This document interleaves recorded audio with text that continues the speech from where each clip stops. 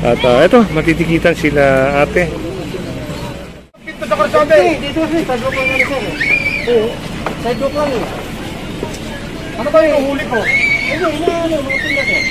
Alam mo ba yung huli ko? O ano mga tinda sir? Hindi mo pala alam eh. Maliwanag mo nga, ano yung huli ko dito? Ano yung mga tinda? Di ba, pinakuha niyo yung mga tinda? Sa ano na nito eh. Nung gumagamit ng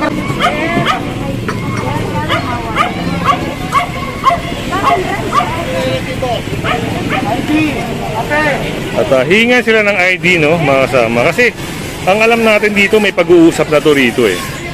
Yung nakang vlog natin, Ate! Nagtitinda rito. ID. Kailangan ko ng ID mo.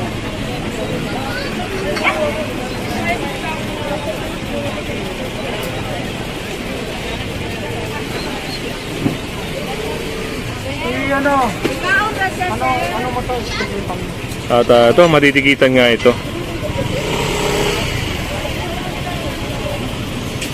At itong sidecar na ito ay tunghayin lang natin yung video mga kasama, no? Baka may sakay.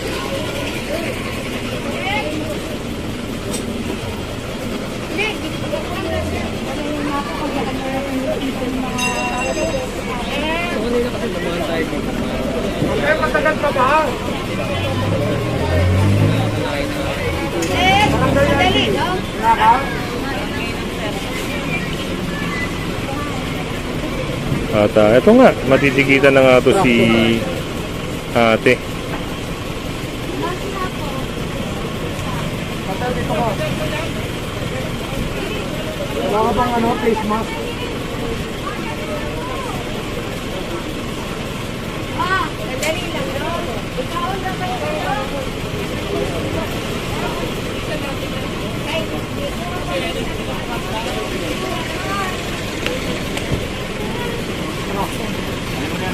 So ang ikakaso sa kanya mga kasama obstruction, no? At siyempre, pag halimbawang matikitan ka talaga, obligado kang tubusin ito. Meron na tayo ng pag-uusap dito ha. Magtatampo eh. Mura lang yan. 15,000 kasi ano, 1,000. Huwag yung pag walang bahala ha. Kasal sa NBL yan.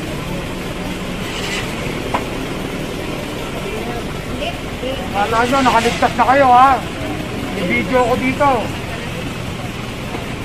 Yung punta natin dito mga kasama natin si Cap Carl dun sa pag-uusap na yon.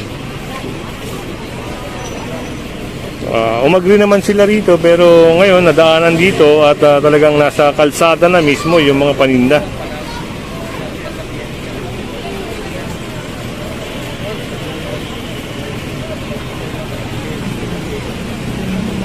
At doon inaayos na nila pero hindi lang natin alam kung baka sila ay matitikitan din.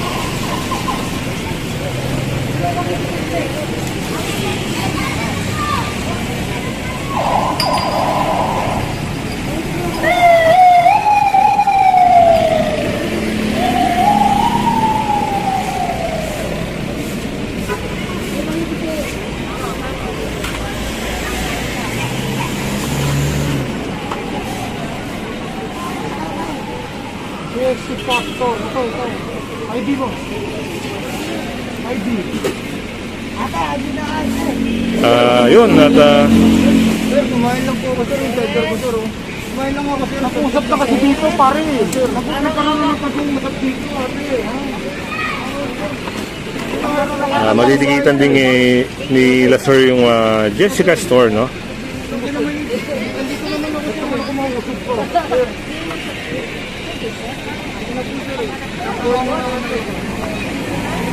Sir, ID. Ano ba dati ID? Meron sir. Dala mo kung bakit. Pakikita ko sa ID ko sir. Dito natin ha.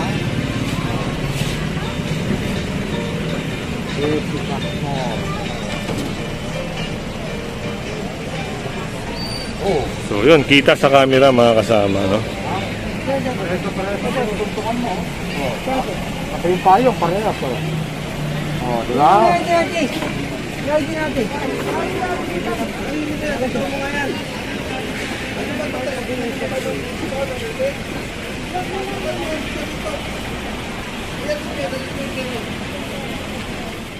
Ayun mga kasama, ay kanya-kanyang pakiusapan, no? Pero hindi magpapatinag si Sir Richard kasi nakuha na ng camera, meron namang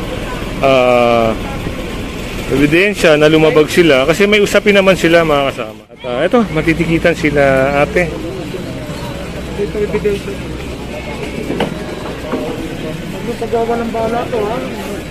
Meeting na tayo dito. Instruction. Teka lang, paluluutin ko ulit. Baka sino pa? Tayo titira ng walang ebidensya. Ano yan, sir? Anong araw yan? Ha? Kasama ko ba sa meeting? May ganito po yan. Pero po kasi sir, hindi na araw-araw.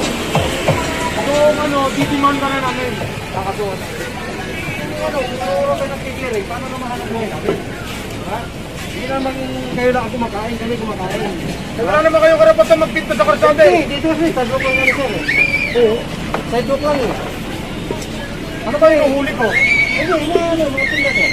Alam mo ba yung inuhuli ko? O ano mga tinda sir? Hindi mo pala alam eh. Maliwanag mo nga, ano yung inuhuli ko dito? Ano nga yung mga tinda? Di ba? Pinakuha niyo yung mga tinda? Ano ka nito? Nung gumagamit ng karsada, inuhuli ko dito. Ay, wala namang yung ano. Ito po, ano ba yung ano sa ticket? Wala pa naman. Instruction. Si tatay nagtatanong kung ano yung hinuhuli. Ano yung hinuhuli na buhay natin dito? Iba yan. Parang may sinasabi si tatay. Anong iba? Ayun, bay. Hindi. Wala kayong karapatan magtinda sa karsada. Buhay namin eh. Ha? Ito yung buhay namin. Oo, hindi kayo pwedeng mabuhay sa karsada. Kami dito. Katwiran lang tayo. Oo, pero yung katwiran mo, bulok. Ano yung katwiran mo?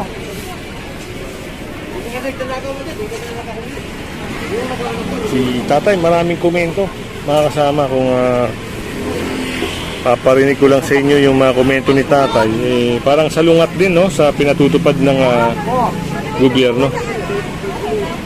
Ang inuhuli ko yung nasa karsada, di ba nagkaroon tayo ng kasunduan dito? Nagkaroon na tayo ng meeting. Oh. Pinagbibigyan kayo ng barangay sa bangketa hanggang pandemic. Pero ang karsada, hindi nyo dapat sakupin. O, sabihin mo sa akin, mali ito. O, ayun o. O, tama, mali. O, So sila na rin ang makakapagpatunay mga kasama. Buti pa si ate hindi lumalabag, no? Talagang andyan lang siya sa pwesto niya.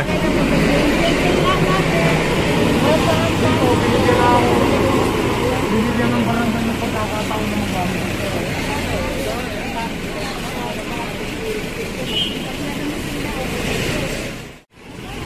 So, lahat ng mga pinapakita ni Sir, yun yung mga ebidensya na lumabag sila. Sinasakop na nila yung kalsada. Okay na?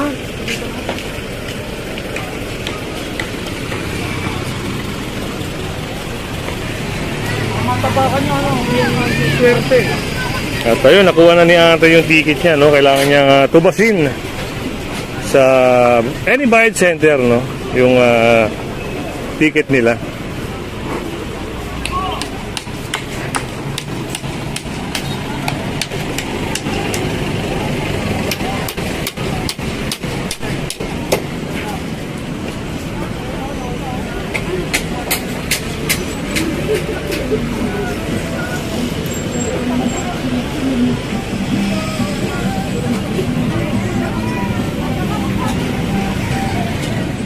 At ito,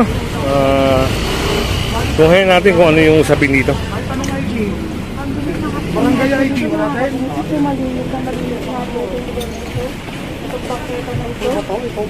Lagay natin, ito yung naging problema nila, no? Dito sila naghahalo sa labas. At isa pa yung mga stall nila. Marami kami video. Unti-untiin ko. 10-10. Didimanda na kami ng 10. 10 kakasuha mo natin. Didimanda na. Ganun pa rin basta di ba sa dati na okay lang po.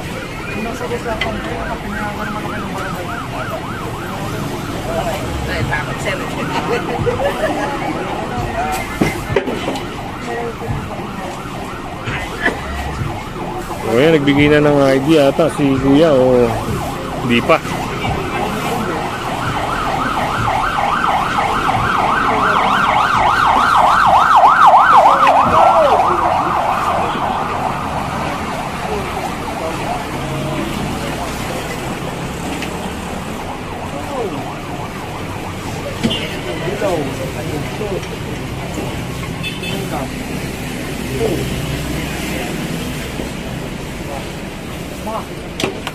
Yung pinapakita yung ebidensya, no, na talagang lumampas na sila sa sidewalk. Inakupan nila yung kalsada.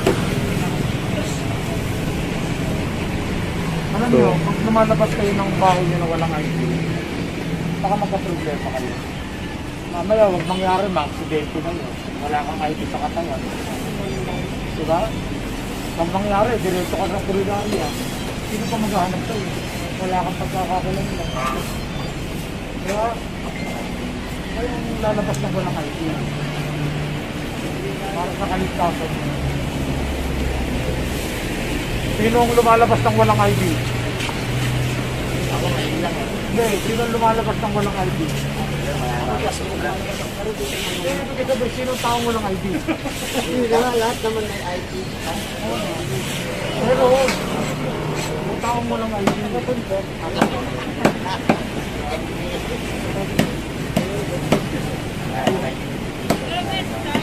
Boss, matagal na ba ba? Marami pa kami. Sa karsada ko binigyan sila ng nakiusap ang LGU, ang barangay, na gamitin muna nila yung sidewalk for the meantime hanggang merong pandemic. Pero provided, yung karsada dapat sublimity. Ngayon, ito kasi, sa totoo lang, yung property nila, parang inaprobahan na ng NHC. Actually, sa ayos. Walang ID, pasensya na kayo, dadalhin ko kayo ha, bibit-bitin ko kayo. Tayo sa barangay, akin na kayo sa trust. Ito na pala kayo ng problema, ID lang naman ang kinukuha eh. I-inquest ko pa ba kayo? Ano na pala kayo, hindi dadalhin ko kayo sa barangay ha?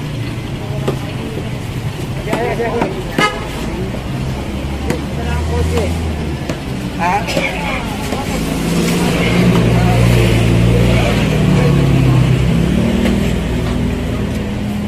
Boss, hindi naman kami nakikipagbiruan.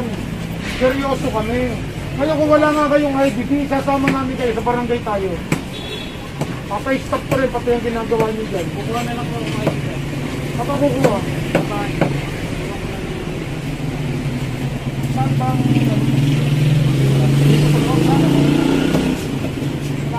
Hindi, bilisan mo. Paano katagal? 10. O 5 minuto. Pag wala ka pa 5 minuto ha, mablatter na kita ha. Wala ka.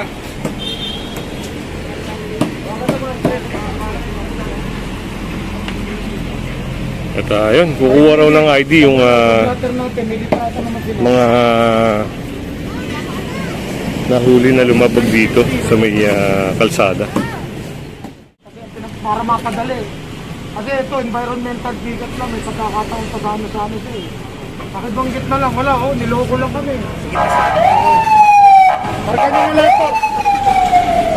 At ito, sasakay na nga to dahil Oh, ito na lang waste, construction. Pagkalim mo nga muna. dahil hindi na bumalik yung kaninang titikitan sana yung dito yung mga nagtatrabaho dito. So, yun.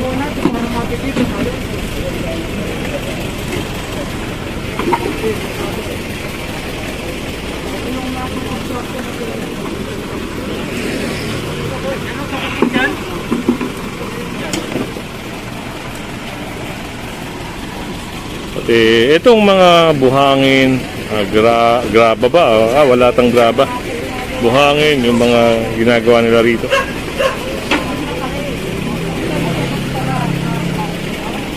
Dahil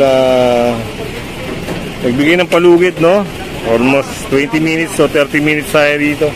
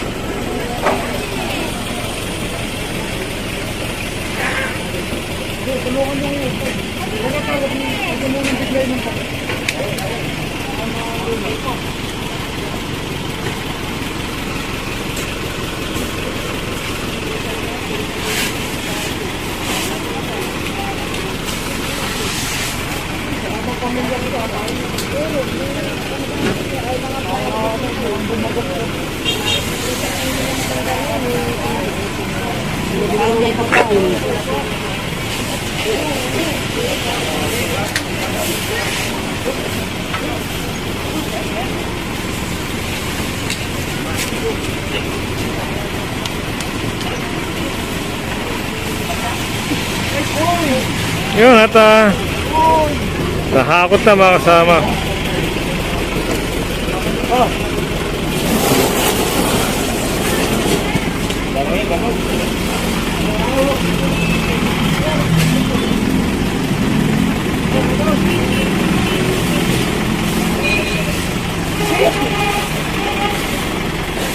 At yun, tuluyan ng luminis yung harapan nila. Dahil ayaw magbigay ng ID. Yun, kinumpis ka yung mga ginagawa nila rito. Yun, kung hindi pa nakasubscribe sa ating channel, pasubscribe na lang po si Kuya Goods. At syempre, pag-hit na yung notification bell para lagi kang update sa ating mga video.